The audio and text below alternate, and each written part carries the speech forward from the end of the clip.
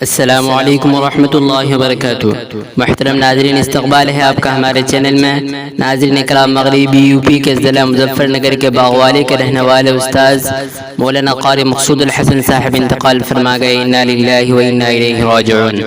ناظرین اکرام، ان کے جنازہ کی نماز ان کے پوتے قاری مولانا سلمان صاحب نے پڑھائی، جو خود بھی قرات شعبہ کے حامل ہے، اور مولانا سلمان اور مظفر نگر سے امام عامر سوشل انر نیوز کو بتا رہے ہیں کہ پرسوں تک مرحوم نے بمبئی میں رہ کر فن تجوید پر زوردار محنت کی تھی، اور مولانا قاری سلمان صاحب کے والد کے لیے سے عاجزانہ گزارش ہے کہ حضرت والد صاحب رحمہ اللہ کے لیے دعائے مغفرت کرے اور ایصال ثواب کا اہتمام کرے، اور حضرت کے لیے کمنٹ میں کچھ دعائیاں لکھ کر ڈالے،